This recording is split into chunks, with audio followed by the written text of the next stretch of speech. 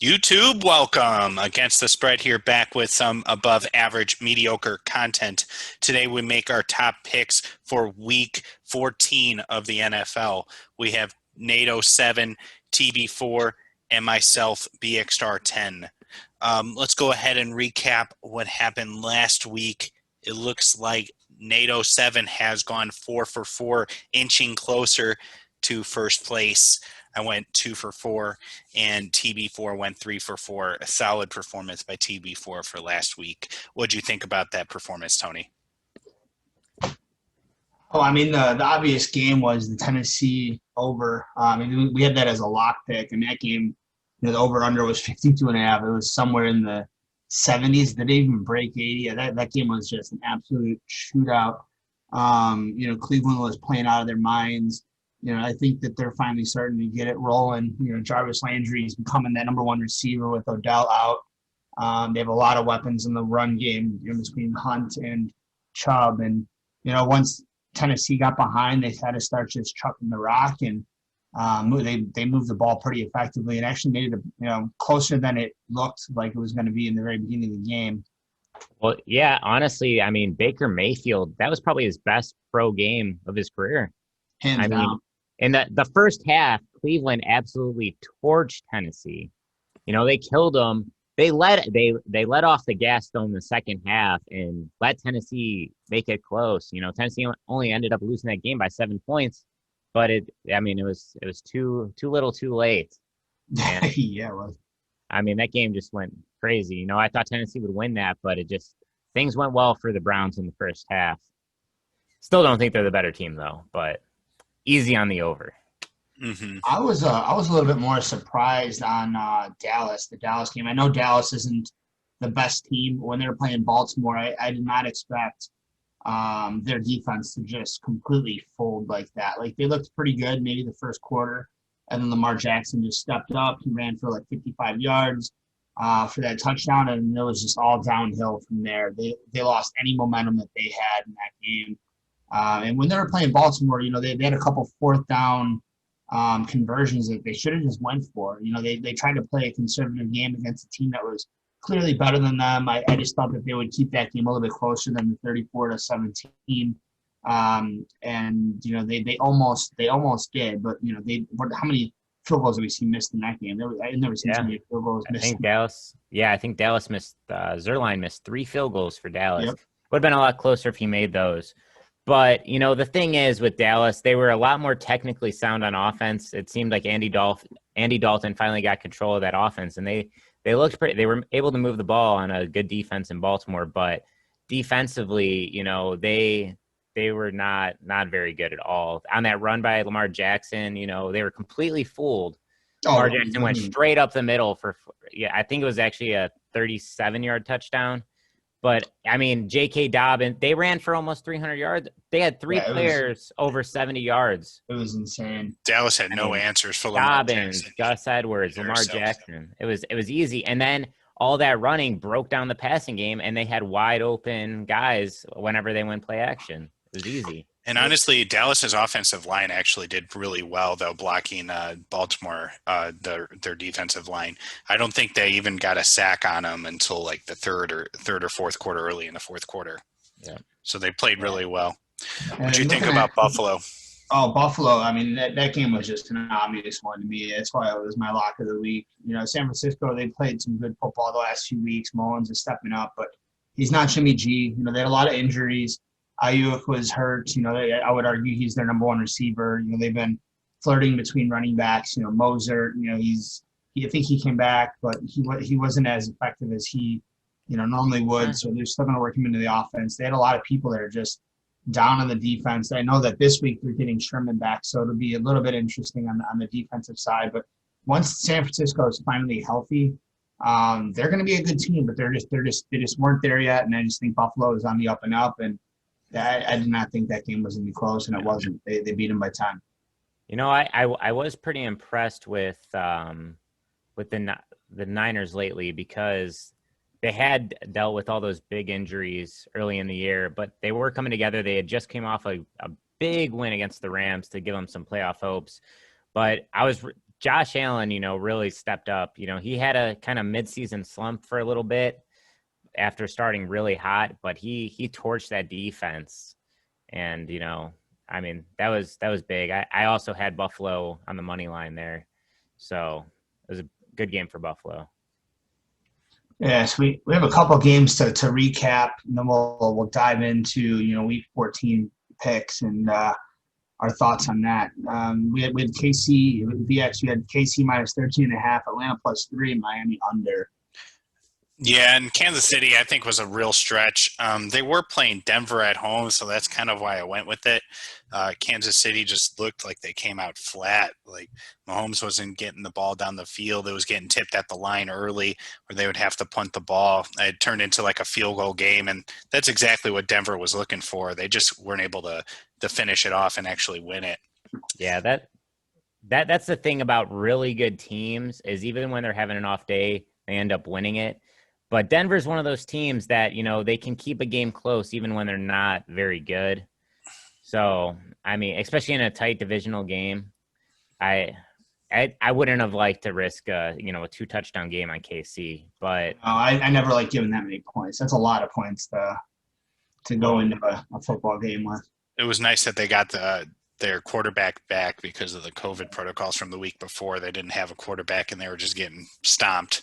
Atlanta, they were in that game the whole time. The whole time they were in there, and they ended up losing by 5. So, that line wasn't too bad. About Atlanta every week. Every week you can say that about Atlanta. They were in it, but then they ended up losing. What happened? They came off a huge game. Yeah. They did come off a huge game against the Raiders where they absolutely stomped a Raiders team that you thought would have been, fired up after barely losing to KC the week before. But yeah, Atlanta is one of those teams where, if things had been right all year, they didn't have the injuries, they didn't blow a couple games. Atlanta could be right in the mix. Agreed. Ever since they fired their coach, I think they've been actually performing a lot better. So we'll see what happens. But yeah, and Miami finished at 26. It was a 19-7 game against Cincinnati. You were right on the money on that one. I guess. How did you? What were your thoughts on why it was going to be so low and what happened? I didn't get to. I know the Bengals, they just don't have Joe Burrow, so I just didn't think that their offense was going to be performing. Mixon was out. Yeah, Mixon's out, so they had Giovanni Bernard. I just knew the Bengals weren't going to be able to put up a bunch of points against Miami's defense, who's been playing well. The whole season they've been playing well. So I think they're the number 2. They were the number 1 scoring defense. I think now they might have been dropped down to number 2, unless that changed from only letting up 7 points. But yeah, Miami's defense was good. I also think Tua playing instead of Fitzpatrick, they play it safer with Tua. Yeah. So you taking the Jets plus 8 is kind of what led me to follow that game a little bit closer against the Raiders. That was a really good game, big shootout. And that's kind of what's leading me to believe, this week that the Jets are going to play really well against Seattle. They're getting more points. Seattle hasn't been playing that well.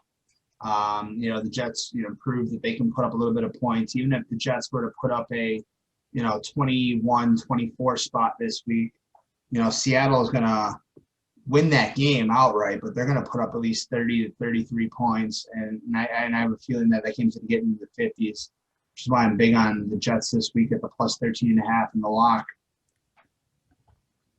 Yeah, that the Jets, they should have won last week. They got screwed over by that terrible play call on defense to end the game. They let Henry Ruggs score the game winner because they did a zero blitz.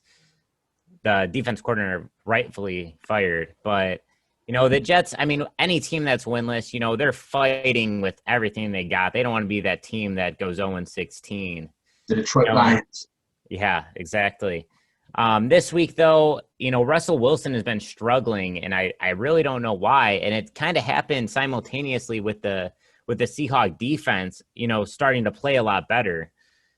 So Seattle's been winning, but Russell Wilson hasn't been playing as good. So, I'm not really sure if the Jets are going to be able to put up the same kind of points this week, and I'm hoping Russell Wilson breaks out of the slump he's in and kind of goes off on a weak team, but we'll see.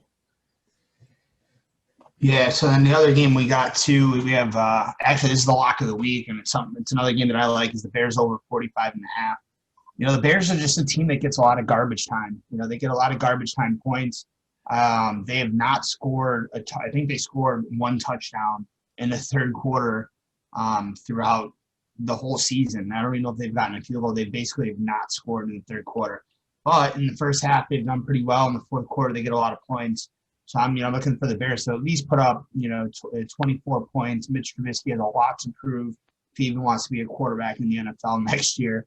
He might be solidified as a second or third string backup somewhere, but he's not going to be a starter for Chicago. I can tell you that. However, with the way that Deshaun Watson's been playing and the way that the Bears defense has been just giving up a lot of yards recently, I'm looking for Houston to just put the hurting on the Bears and put up a 30 spot on them, and I think the Bears are going to squeak by and put up enough points to put that game over easily. Now, I don't know if the Houston's going to just roll over the Bears. I do know that they're going to score a bunch of points. Their Bears defense hasn't really been the same. Their secondary is pretty weak, so that just plays into the Deshaun Watson's favor there. But I do see this game kind of playing out like the Detroit game. I do see it getting close. Maybe they win by 3. I just think that the game's going to go over 50, honestly. I think it's going to be really close to that line. I just think 45.5 is kind of undercutting it because how the Bears offense played early in the season. You guys both have the Colts -3. What are you guys seeing in that game that I overlooked? The Colts are a really good team, really good defense, and the Raiders, they shouldn't have they should have just lost to the Jets, and they got stomped by the Falcons the week before. The Colts are going to come out there and they're going to win the game, and I think they're going to win decisively. And also Josh Jacobs being out for the Raiders. Booker isn't the same type of running back. Josh Jacobs is confirmed he's coming back. Oh, he's coming back this week? Yeah, he's been practicing. Yeah, obviously Booker's not the same back, but I think having Jacobs is going to help. I don't know if it's enough. Like you said, the Colts defense is just too good. They're really going to have to open up that offense in order to compete with them. And the Raiders, they crumble under good defenses. So it's very possible Carr ends up throwing a couple of picks here in this game. Okay. I guess my other game, I have the Minnesota under 52.5. They're playing Tampa Bay. The thing is, that's kind of like a hunch there. I just feel like there's going to be a lot of running. Dalvin Cook runs, 30 times a game, maybe not that much, but in the 20s for sure. So that clock's just going to keep running. And Tom Brady, he hasn't been accurate down the field. So I just think that Tampa Bay kind of tries to play this conservatively and run the ball a lot as well. So I think the clock actually ticks off quickly here, and I think it stays under 52.5. I agree with you on that, and that's kind of why I have Minnesota +6.5 as my lock. I think Minnesota realizes that their best chances are running the ball. Playing a game like that. Give the ball to Dalvin Cook, your best player, and they keep it close. I think Tampa Bay ends up pulling it out. Probably Tampa Bay needs a win. They're going to win by 3, but I think it'll be a lower scoring game. Maybe 23-20, somewhere in that range. I don't see a big shootout in this game at all. Yeah, I agree. So Green Bay, Detroit, 55.5. That one kind of scares me. You have the under, Nato. And, I think when you look in, historically, those games usually they put up some points. Green Bay's offense is, high powered. Detroit, with Stafford, any given Sunday, he can put up 30 points too. He has a tendency to keep games close. So why do you think that game's going under? It's a divisional game. It's getting later in the year. The weather's getting colder. And 56 points is a lot of points. I can see this game being somewhere in the 30 to 20 range. Detroit got shut out a couple weeks ago, just because they put up a lot of points against the Bears, who I don't know. It's hard to call these NFC North games, but I just don't see that many points going on in this game. I think Green Bay comes out, gets a quick early lead, 14-0. And I think, they just keep the ball on the ground, give the ball to Aaron Jones, and I think they win that game, somewhere under 55.5. somewhere under 55. And I can Yeah, see I it hope going so. under That's the 50. line. I mean, it's the only way you're winning that, huh? Yeah, exactly. One thing I see that Um, they have going for him, Detroit has going for him, is that TJ Hawkinson, he's been playing really good out of his mind. He's been playing some good football. Yeah, so he's been getting open down the field, and he made a few big plays against the Bears as well. So I'm sure that Stafford's going to be leaning on him heavily this game. Who are you guys liking on any sleepers this week? I think Miami beats KC. Interesting. You know, KC is 11-1. They're the top offense in the league, but Miami is one of the top defenses in this league, and you know, I think they pull off the upset. You know, it's hard to win every game in elite and you know in the NFL. I know that KC's lost to the Raiders, but I think Miami's, you know, they might be getting slept on by the Chiefs, and I think they pull off the upset. I don't know if they're going to be sleeping on Miami. I think Miami's kind of a team that's been up and coming. They have a lot of young talent, and they really do. You know, the only thing that they're missing is the identity at quarterback. You know, they have Tua, they have Fitzpatrick. You know, if they were to figure it out and say, hey, this is the guy we're going to ride with, you know, no matter what, I think that they'll be better off. I've been playing this, hey, let's flip a coin this week, you know, for the last couple of weeks. No, I don't think that they haven't been doing that at all. Brian Flores has made it clear that Tua is the starting quarterback. You know, he had a thumb injury. That's why They've been quick to pull the trigger. They pulled Tua a few times. They pulled him once in the fourth quarter. You know, he was struggling. You know, and they just felt that Fitzpatrick had the better chance to win that game. And you know, he's a rookie quarterback. You know, sometimes that's what you got to do. But he is their starter. It's not really a flip the coin situation. I think, you know, he kind of got banged up a little in that game that he did get pulled. And, you know, he was just getting harassed. And, you know, they just felt like the experience with Fitzpatrick helped him out and gave him a better chance to win against Denver. But, yeah, Tua is the quarterback, no doubt. Yeah, so, I mean, fantasy-wise, I would say McKissick, running back for Washington, is going to be my sleeper of the week. I think, you know, with Gibson going down, he's going to be a really big part of that offense for the next week or two. Essentially, Alex Smith he's getting the ball downfield, and he proved himself when he beat Pittsburgh. He's been keeping games close. I think McKissick's only going to benefit from that because the passing game to be opened up. So I think that's going to have some, you know, positive upside for him in the run game. So I think he's going to be my click to pick this week. Well, my quick click to pick this week, I'm going to do Wayne Gallman, running back, New York Giants. They're going up against Arizona this week, who's kind of the middle of the road against the running teams. And New York's going to be leaning heavily on this run game to try to stay in this game. So especially if Jones isn't back. Yeah. Danny Dimes is out. I mean, they're definitely going to lean on him. He is questionable, so he might be returning this week. So they're still going to have to lean heavily on him regardless if he's in or not. They'll just open up the pass game as well, maybe some play action down the field. But I think Wayne Gallman, he puts up fantasy numbers-wise at least 15 points for the week, maybe higher. We'll see if he gets a touchdown or not. Yep, hopefully he does. But here, so you guys both mentioned, you know, Washington and New York football teams here. My question of the week right here is who wins that division? They're both tied right now at the top of the division with 5 wins, I believe. But the Giants hold the tiebreaker as they've beat Washington both times this year. Who pulls that division out? Oof, that's tough. Both teams have looked very good compared to, or you know.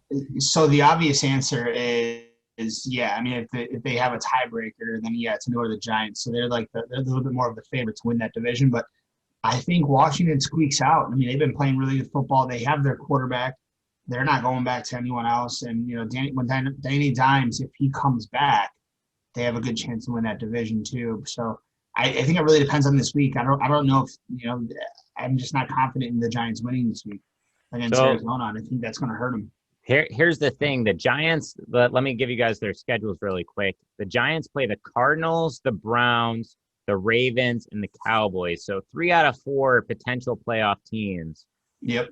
Washington, 49ers this week. That's beatable. It'll be a tough the game. Seahawks, the Panthers, and the Eagles in the last week. Yeah. I see them beating the Eagles. They can beat the Panthers. The Panthers, they're a mediocre team too. It's going to be a tough few last weeks here, is what it seems like. No doubt. Comes up on top. I think Washington has a slightly more favorable schedule, but yes, all tough games for both teams. None of these are walkthroughs. Nope. So we'll see. I like the Giants personally. Oof. I don't see them. Yeah, they might even go over for the rest of the season. And we are talking about the worst division in football, so just keep that in mind. Football, I don't see them go possibly in the history of football. I don't see this team going decently far in the playoffs at all. I don't know. Washington did just beat the undefeated team, so you never know. Yep. I mean, if that's the case, technically, with 4 games left, they can both go over, and the Eagles can still squeak in there if they go undefeated. Hey, the Cowboys still have an outside shot, right? They're only 2 games back too. Yep. And the Eagles play Washington the last week, so one of them's got to win that game. If the Cowboys go 4-0.